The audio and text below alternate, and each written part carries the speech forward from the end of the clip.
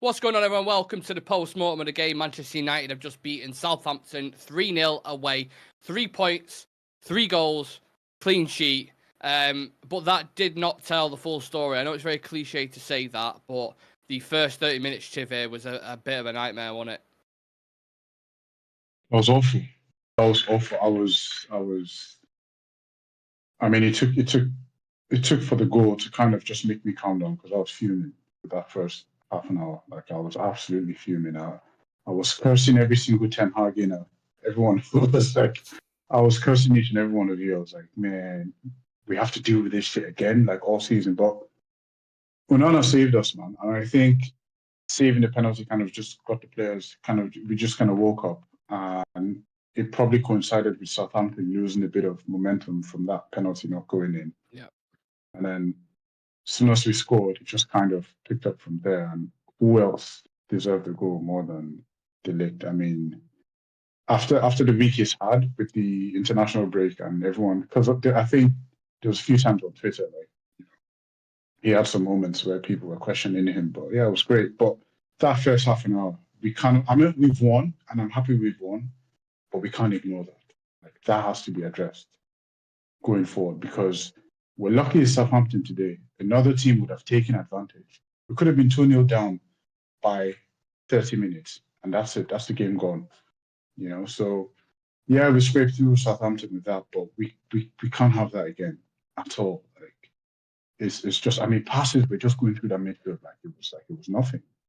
And what we had with Casemiro, I'm worried that we might have the same thing with Kobe, because as good as he is, he was just drowning. He was just drowning that first half an hour. He literally doing everything he could, but he was just, I mean, the ball was just going around him the whole time. So that has to be addressed, that first half an hour. We can't just allow this 3-0 win sort of like plays over what we saw.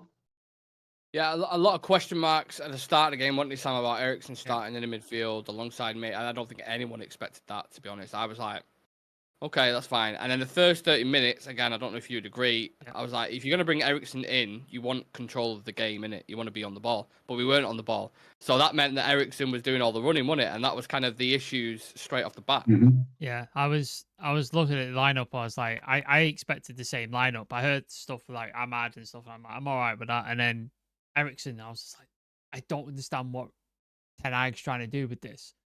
Like, I really don't. Like, the only way you do it is if you're trying to do pure possession-based football, where you're going to keep 90% of the ball, which is not what Southampton don't sit in a low block. They try to play possession football. So it was just bizarre, like, why he was playing. But yeah, first 30 minutes, I was like, he's made a tactical misjudgment here, and this is not working at all. Like, this is just not working, because we were just getting played through like it was nothing. Same issues with the fullbacks that they were pushing up way high and having to track back. And then I forget the winger's name, who just had Dallo on toes for like 35 minutes. Yeah, Tyler Gibbon. Yeah, absolutely destroyed him. Like, just absolutely had a nightmare with him. And then Kyle Walker-Peters, their overlapping fullback, because Mazraoui was all the way up the other end. It was just having all the space. There was that ball out to there. Just having all that space there. So we were just getting in on every single time. There was the shot from that Tyler Gibbons. Onana made the save. And then, yeah, Dallo just slicing that guy down in the box. And you just like penalty. And you're like, here we go. Fucking over it, innit? Like, we concede a penalty and we're just not going to get back into this game. And then I've got to give Onana his flowers. I know you think it was a shit penalty, Nick, but I'm going to give him his flowers. Good penalty saves, keeps us in the game, and then we went on from there to play better and to dominate the game, in my opinion. Yeah. Was it a case of bad penalty or good save, in your opinion, Chive? I think two things can be right at the same time. It was a bit of both. Yeah, it was a shit penalty, and he gets the right way as well. So it was a bit of both. But at the end of the day, we did concede. That was just, I'm happy. I'm so happy. I'm more than happy for it to be a shit penalty, but bottom line is that we didn't concede, and Onana dove in the right direction, because like goalkeepers, a lot of times they I heard this before. You make up your mind before the shot is even taken most times. So he just chose the right direction to go. Really. Yeah. Agree. Well, like whichever way you look at it, it was a pivotal moment, wasn't it? Because as soon as that happened, we went up and scored. It completely changed the flow of the game. Like that was the biggest moment, and that's good, but it's also worrying at the same time because how many times been under? You look at any coach, which Jose or Ten Hag currently, where it takes moments for the players to realise, oh shit, actually, do you remember under Ole? We'd go down and then we'd reply. Something would happen and then we'd reply. And it's like a mentality, kind of very reactionary, similar how we was in the transfer market, I suppose. But yeah, buzzing that we did. And obviously for Matthias de Ligt, Sam, to get on the score sheet, I was joking before the game. Someone said, what's your dream scenario going into this? I said Rashford to score, de Ligt to score from a set piece, and Bruno to score as well. Because I think they all need it for the confidence. You almost got all three as well, didn't you? And we weren't far away. We said off camera, it was the first time de Ligt played 3 in a row in 5 months.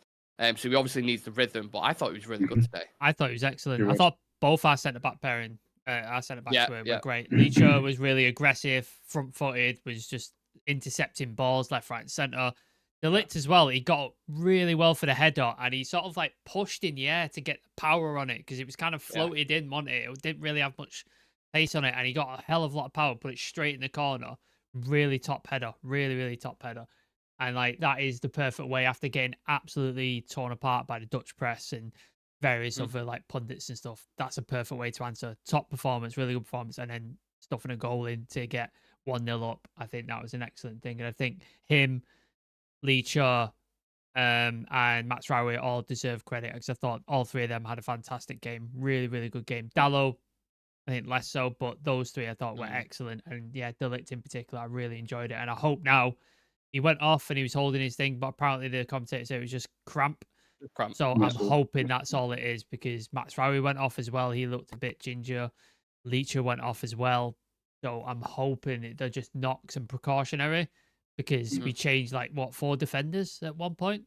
We had Evans, Maguire, and then somebody else came Casemiro as well. So it was like, Jesus Christ. So I'm hoping it's just precautionary. But yeah, de Ligt, fantastic performance. Really enjoyed it. And long may it continue. Let's not forget with de Ligt as well. Like Amad was seeing a lot of joy. Did you notice that he was always going, the passes that he was making to Amad on that right flank? It was always Mazraoui as well. Mazraoui and Amad were really good together. But de Ligt, I was so impressed because apart from the defensive side of it, you want a defender who's good on the ball, who's good with passes, and I think that side of his game is kind of understated. I haven't seen him too many times. Like this is the first time I've actually watched him play a full game or almost full game, and I was really impressed with that as well because the way he managed the ball, there wasn't any frantic passes. Everything he did had intent behind it in this game, and I think that's a part of the game that's kind of understated with him especially. I definitely want to talk about Mazraoui and Amad because I've got a lot of stuff I want to say about him. But just before I forget, Sam, can we give the 5 memberships? Oh, shit, yeah. Let's do it. Yeah, because Random Guy is a man of his word. He has done that, and we appreciate that. And we are also men of our word. So we're also give 5 memberships as well because he said if it would be a 2-goal difference, then we can drop them. So hopefully you guys appreciate that. Sam's going to drop them in. And obviously exclusive content. Give me a second, because obviously now when we decide to do stuff like this, YouTube decides not to give it to me. So that's so it's all right. We can just go on that. We'll speak about Mazraoui while Sam's doing that. When we speak a lot on this channel, and we almost get jealous, I think, of other teams when they do shrewd business. I think Mazraoui for 15 million quid is one of the best bits of business this summer. He is. So far, I know that sounds thingy. So far, he's looked so comfortable. The difference between him and Wan-Bissaka in terms of offering solutions in possession is just fucking night and day. And I think our right-hand side, like we said with Amad there, is finally unlocked because it's been so one way and so sort of just dead at it. There's been nothing there at all for years. And now with them two, Amad and Mazraoui, it brings another problem then. If you get that left side going with Rashford and Shaw again and can keep some consistency, you've got danger on both sides. Yeah. Just talk to me about Mazraoui, Chive. Thoughts on him?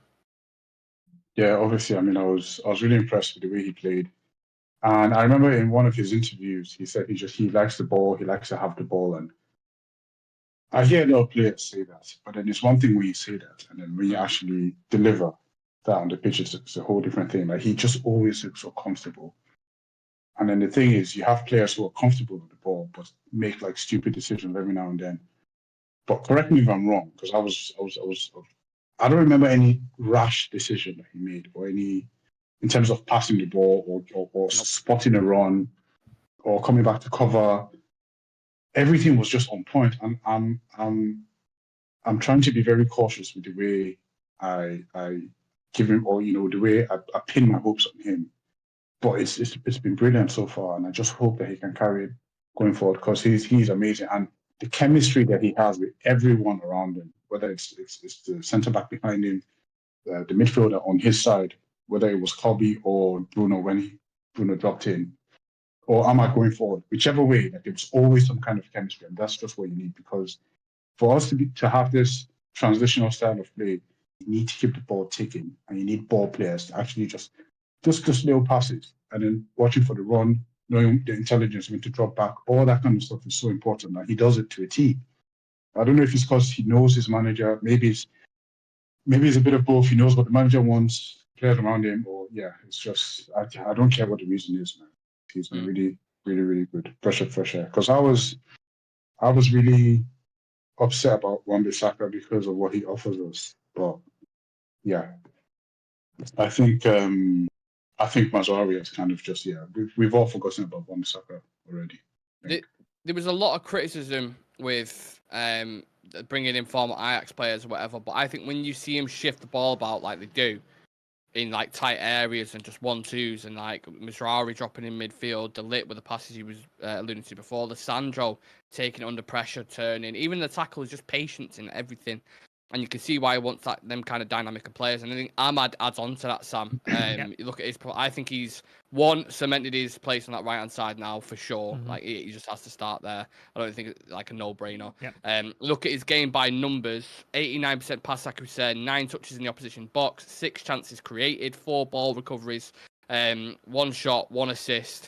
Obviously, I think got the assist for the Rashford goal, didn't it? And created more than twice as many chances as any other player on the pitch. Shining at the minute. I'm literally, do you know that the monkey with the hard hat and the hammer that comes up sometimes with the YouTube chat? Yeah, that's what I'm getting. So I'm unable. If I'll keep working on it as the review goes on to see if I can gift. If not, the next time we're live, I'll gift it. Yeah, we'll do it. It's not loading from it, unfortunately. But appreciate everybody in the chat. Amad is arguably our best player in the forward line at the minute. I know we'll speak on Rashford in a minute, but and me and Chivy really want to talk about Xerxes, mainly just for our own selfish benefit. But Amad has been consistent from day dot this season. He's been our most consistent forward, been excellent in chance creation, tries, make stuff happen. He's not just about cutting in and trying to get a goal. He assists players. He wants to play other players into play. He wants to help other players out. And I think, he starts in that right wing, that right forward spot until somebody can play better than him. Because Anthony's don't see him getting back into this team, to be honest with you. I really don't. Garnacho got a goal at the end, but he obviously would prefer to play on the left. Maybe it's between him and Rashford to sort of battle it out for that left-hand side. But at the minute, that right-hand side is his, and it stays his until he drops a couple of shit performances. Because so far, he's been one of our better players. Like, him and Mazraoui have such a really good understanding on that side. I really, really like that understanding they've got going. And like you said, Nick, if we can get that going on the left-hand side as well, we'll be flying. But yeah, really, really enjoyed his performances. Excellent player. And he's just still baffling, in it, that this is his first time where he's had 3-4 games out of thing. Normally it was a game, he'd be taken out, or he'd come on and do sub performance. Now he's had that consistent games, and he's keeping that performance level up, which is what you want to see. With Rashford, Chivy, is it as simple as he gets a goal now he kicks on, or do you think he still needs to add more to his game, just based off the game you watched of him today? He's clearly a confidence player. After the goal, he just tried trying to shoot, and you could and then he was calling for the ball. I don't know if you guys noticed that. Yeah. Every time, Dalot had the ball, a few times I saw Rashford actually calling for the ball. It's one of those ones, because during the international break, there was clips of him training and all that, and I was just thinking, and I was just he's a shooter, so just if you get the ball, just forget everything else, right? Just get within range and shoot and just build your confidence back. And yeah, it worked. And after that goal, he kind of kicked on. It wasn't any, we didn't see any Rashford moments. Like, kind of just kicked on from there, and he kind of just got in that mood. And then he started taking players on. Do you remember when he went past 3 players? Yeah. And Sugar, the Japanese, they kind of had to bring him down. So like, he just thrives off confidence. It's one of those ones. Obviously, would hope that wasn't the case. That he was just a natural sort of player that they require that sort of thing. But yeah, if he goes on to have another purple patch, then I'm more than happy with that. There was a lot of noise, wasn't there, Sam, in the international break. It always happens with Rashford when he's putting these training videos out, and people are like, "What's he doing? It's all PR and blah blah blah and all this kind of stuff." But you want a player essentially in it to just be working hard and getting the job done. If it happens to go on social media, I'm not really asked about it personally. I don't care. You're working hard, like good. Get back into it and show it on the pitch now. And that finish, taking it really well, didn't it? He can't win, can he? Like if he did nothing on the international break and he went out, people are like, oh, he should be working hard, he should be doing training and stuff like that. And then he's doing training and people are like, oh, why is he bothering? He's still shit. But like, what do you want him to do, man? Like I don't understand it. I really don't. Yeah. Criticize his on-pitch performances, understandable because he has been poor, but he's come today. He's been decent. He's got a goal, which I think we need to give credit to Ruud van Nistelrooy, because that finish was something else. That was pinpoint, right in the corner, off the post. It's not a tapping, is it? It's no.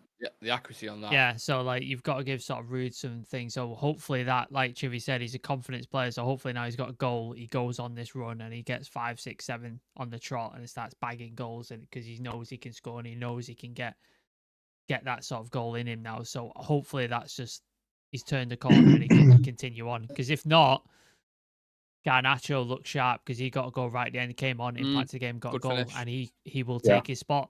He will take his spot. Yeah.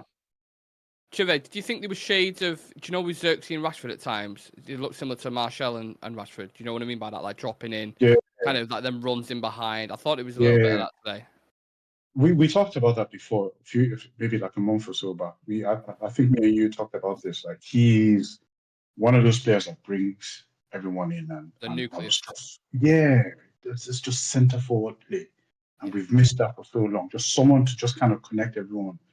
If you can connect everyone and everyone else is kind of like just scoring the goals or assists, I'm happy. Like, and then every now and then, Bia then, he was a bit unlucky not to get a goal, but at the end of the day, I was so happy with his performance. Like, and you could just see he was just growing in confidence, and he's just so natural about it. It just felt like a natural sort of role for him. He knew what to do every single time, when to go forward, when to kind of slow down the play, to connect players, keeping his head up the whole time. It was great, man. And I can only just see improving. And this is the kind of mix that we would have with him and Haaland. And I would love to see him being the starter. And then imagine Garnacho and Haaland coming in as impact sub. Or even likewise Rashford if he comes on as an impact sub. Or that. Yeah. I would love to have stuff like that. Because every time Garnacho comes on, he always creates something, even if it's crap. But then, there's always that element of something about to happen sort of thing. So yeah, I'm just so well pleased with Zirks, and I hope he gets the confidence from this and kind of just builds on from this. Yeah. Sam, I don't want to turn this into real praise talk because we have been kind of, bigging up the lads a lot, but I still think there are improvements, even with like, you can make it individualist or you can make it as a team. I think Xerxes, again, some of the aerial duels maybe not winning if you want to go over to midfield. Obviously, they're very, very weak in there. What tweaks do we need to make in your mind? What was the biggest concerning things? Because like we said, it weren't all rosy, was it? It was, 30 minutes in, you're like, fucking hell, is this happening again? No, 30 minutes, like, you saw the same issues the last couple of games. Wide open in the midfield. That was mainly like the lack of physicality in that midfield. Like, I don't think Cobby's a 6. He was just getting swamped by the thing. Eriksen doesn't have enough physicality to come help him out and deal with it. So you're just wide open again in that midfield. And then the same issue with the fullbacks bombing forward so relentlessly and staying up high. There was just space on the either side for that. The 17-year-old winger and Kyle Walker-Peters on the other side. There was just space consistently. So they were just getting in every time. So those issues have persisted since game one, and they're still in this game as well. Yeah. I think obviously you saw Manuel Ugarte come in for the last 15 minutes, and he seemed to shore up that midfield a little bit with physicality and stuff like that. And then with Casemiro, maybe you can move him up into an 8, rotate Kobbie Mainoo out, give him a bit of a rest and stuff like that. Hopefully that solves the midfield issues. The fullbacks are still an issue though. Like the fullbacks are still an issue. If they're going to continue going to bomb up and we're not going to have anybody cover, and then you're going to end up splitting your centre backs with De Ligt and Lee. Like it's not what's the word? Sustainable. It's not sustainable to play this way consistently, and you're going to get better teams and bigger teams than Southampton who will test that and punish you, like Liverpool did, like Brighton did.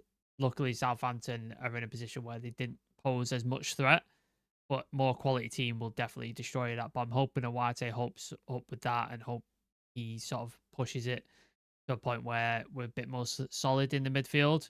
But yeah, there's still issues that need to be worked on. But the important thing is we got the win. 3 points, decent last half for the first half and second half performance. So that's a positive, I think. Yeah, Ugarte was the talking. Can I because I don't 100% agree with what Sam is saying. I don't think it's a physicality issue. It's a positional issue. Because when we have the ball, it's both. No, listen, when we have the ball and we're trying to build up, Kobbie is the only one there. Eriksen and Bruno were pushing up together. So Kobbie was outnumbered. So it wasn't about, I mean, it doesn't matter who plays in that position. If you're outnumbered, you will always be overrun. Watch the game again. Every time we had the ball, progressing it, Eriksen moved forward with Bruno. And it was literally Kobbie. It was only when they had the ball, we're trying to recover. Then Eriksen would sort of drop back and Bruno would have to. So it's a positional thing. It's not a physicality thing. I guarantee you this. It's a tactical flaw that the manager has for some reason doesn't seem to pick up. And it almost cost us today. And if we don't address it, we'll be having this conversation again. We will go out and start looking for bodybuilders, for the most physical people to. I mean, it doesn't matter who you put there. I've been saying this for a fucking year now. It doesn't matter who you put there. No, but it's a positional thing. It's not physical. Like, it's both, and I'll tell you why it's both. Because when you see like situations where they're not in the center of the park, let me just explain because I know you're getting annoyed, but. When you see a situation like the middle of the park, I agree. He hasn't got options there. The wing backs are pushed on. Bruno and Eriksen are pushed on, right? So who the fuck are you supposed to give it to? But it weren't just in the centre of the park. There were situations where Kobbie got crowded a little bit, or even if it was 1v1 and he got his pocket picked. He's been slightly off it a little bit. Not in just the centre of the pitch, in other areas. You can go back and watch the game with Southampton. He's getting pushed off the ball in other areas where he's got options. Yeah. So there is a physical. Eriksen as well, which we've spoken about, is definitely a physicality issue when he's in there because he ain't got the legs to track back and he ain't got the strength to push a guy off and keep hold of the ball and retain it and then play it. So but here's the thing: it becomes a physical thing when in that sort of situation when you have no one else to pass the ball to. If you always have someone around you, like how Pep plays and how Arsene Wenger used to do with the triangle.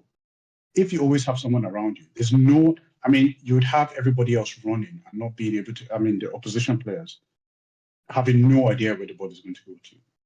I don't think Rodri relies on his physicality as much as everyone thinks he does, or Partey or whoever.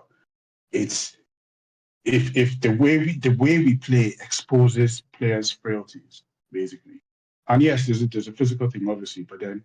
Why is it only when it comes to Man United that we're looking at running stats? Or this player doesn't run enough, that player doesn't run enough. You don't need to keep running. If you have a system that allows you to keep the ball and progress it with players around you, you won't need to be physical. You don't need to go to the gym and build up. That's what I'm saying. But we're gonna keep having this conversation. Or maybe this is the last time we're gonna have it. But I'm just gonna sit here and listen to you guys talk about this all season. Because when the summer comes, we'll be looking for another physical midfielder and another one. If this guy doesn't change his approach. You look at every team in Europe and you talk about you might not need physicality if the system's there. You go Chelsea, Caicedo, Lavia. You go to City, De Bruyne and Rodri are still very strong runners. And that's a prime example of that. De Bruyne and Kobbie. So you're trying to compare De Bruyne and Kobbie, like physically. Kobbie is obviously stronger and more physical than De Bruyne. Disagree. Kevin De Bruyne. Disagree. Kevin De Bruyne is a very physical runner and a very underratedly strong. Yeah, completely disagree with that. You don't think De Bruyne is in his stride? He's not stronger than Kobe. Disagree. No chance. How old is he and how old is Kobe? Absolutely Well, does that no make a chance. difference? How old they are? I'm just saying, like Kobe. I mean, if you're younger, you have more agility about you. Agility, I think Kobe is agility isn't strength. I think we'll just agree to disagree with this one. Okay, honestly. that's fine. Well, we'll talk about Ugarte in the midfield, Sam. Because we talk about issues, whatever those issues are. He came into the side today, got a small kind of sample size, little cameo, won every tackle and completed every pass that he attempted. Ten Hag spoke about him after the game, said you saw straight away what he brings to the team, controlling the midfield, good interceptions. He can be very aggressive, but also very composed on the ball. I think first impressions were very good. What did you make of him? Yeah, solid. Obviously, it's a very small sample size, 15 minutes or so, but solid. Won some tackles, good presence and stuff like that. Interested to see when he comes up against a really good team. Obviously, we've got Villa upcoming, we've got Spurs upcoming, even Crystal Palace will probably test us in that area as well. They put the sword to us last year. So, yeah, it'd be interesting to see if he starts any of those games or if he gets more than 15 minutes to see what he can do in those games. But yeah, nothing, didn't put a foot wrong, solid, decent, but again, small sample size. So I'm going to sort of withdraw my praise until he becomes my favourite player for a bit. I'll wait for that. Yeah, can't overstep it within a minute, but it was nice to see him, I suppose, Jimmy, as like the cherry on the cake, if you want to call it that. There were a few passages of play that he had with Bruno and someone else, I can't remember who, but he just kept pinging it back and forth. And he just felt comfortable, like he'd been there for a while. So, yeah, I mean, it's good to see. Like Sam said, it's a small sample size, but he came on and just kind of almost blended into the point where he kind of just faded into the game, if that makes any sense. Yeah. Not faded out, but he just kind of just blended in, and it didn't look like it was out of place, if that makes any sense. So yeah, it's good to see. Hopefully he'll get a run against Barnsley. Is it Barnsley? Very nice. Yeah. I think so. Yeah. Tuesday. Yeah. So hopefully, but yeah, it's good signs. Imagine if we had to say it if we lost to Southampton that let's bounce back against Barnsley. Fuck me. Thank God we won that game, because that first 30 minutes I'm like, oh Jesus Christ. Right, I'm gonna go to the comments. I'm not gonna read out the argument that's currently ongoing in the chat, but I'm gonna go to the ones because people have been very patient. There's been loads of comments in here. So yeah, if you want to get your opinions in that aren't aggressive opinions, I'm happy to read them out. Miles saying Onana has massive weakness with early low shots, but his strengths with commanding his area distribution and pens is a huge plus. Yeah, I agree. Onana also had a good save before that pen save, and his calm distribution was class today. De Ligt scored in 35 minutes, not 55. Did I say 55? Did anyone say 55? I don't know where that's come from. Yeah. Eriksen was good today. He helps us going forward when we want to counter. I remember I don't know what game it was, but do you remember when he got asked why to take Casemiro and bring Eriksen on? He said, because I wanted football. Do you remember it? I wanted football players or something. Yeah. So obviously I had that in mind today, but first 30 minutes didn't go to plan. Mazraoui was hardly fit to walk at the end. I didn't even see that. That's what I was saying. He pushed off the bench to get up, and you could see him like a bit gingerly. Ooh. So yeah, I don't know. I am worried about that back line, lads, just as like a side note in terms of injuries being picked up, because Yoro sidelined, Maguire was rubbing his leg at one point, Lissandro went off, De Ligt went off with cramp, Mazraoui, like, oh my God, not again, please. But we'll just have to assess that. We've got Lahil Rashid saying Mazraoui out injured now. I don't know about that. I haven't seen any updates. No, I'm not seeing anything. Kamario Forks, Amad was mint. Thing is, he's nailing down that right-hand side. I'd have to agree. De Ligt is a great player. That's from Alex Cole. Random guy saying Rashid actually used his pace. He took some players on and he took some shots. I'm more than happy with that. Hope you can keep this up. Punch Paint calling us legends. Again, thank you. Why is Garnacho on the bench? Should he be starting? Or what decision would you guys make now? Had Rashford had a bad game today, you'd have to say Garnacho goes, like, takes his spot, don't you? You have to say that. But because Rashford scored and he looked half decent, you have to then sort of give him the benefit of doubt for the next game. But I think he's on thin ice. He has to have consistent performances. Otherwise, I think Garnacho deserves to take his spot. Yeah. Man City 1-0 down, by the way. Just to put that out. Get in. Come on. To Brentford. Yeah. Whistler scored in the Yeah. first minute. Sorry, what did you say to me then? No, I was just going to say I'd keep it like this and have Garnacho come on for an impact as an impact sub, because he always comes. He's one of those players that could come on and change the game, man. Kind of reminds me of when we had like Nani and we can bring on Tevez and stuff like that. So wouldn't be too bad. Agreed. Well, the main thing is, lads, whichever way you want to go with it, whatever opinions they are, we can all agree that we're happy that United have won 3-0. Yeah. And, first game back of the international break, I was worried that the first half would be, struggled, and then we'd come back in the second half, and it seemed to play out like that. So I'm happy it's a 3-0 win. Happy we've got a clean sheet. You've got a good run of games now. Barnsley, 20, Palace. Let's start getting some winning momentum, get team players into the squad fully integrated, and then we can kick on from there. So, yeah, positive vibes. Hope everyone has a lovely weekend, including Sam and Chivy, whatever you guys are doing. And, let's go watch the rest of the football and relax for once. Be nice, wouldn't it, lads? Thank you, everybody in the chat. Apologies, I couldn't do the gifting thing because the chat is just loading on me. But next time, I promise I'll get it fixed and we'll give some 5 memberships out. So, yeah, appreciate the support. Cool. Yeah, I'll be definitely watching Match of the Day today, man. Oh, yeah. For the first time in God knows how long. Yeah, I know. Honestly. Right, take it easy, guys. Thank you very much for tuning in and joining. Smash a like on the video, subscribe to the channel, and we'll see you in the next one. Peace.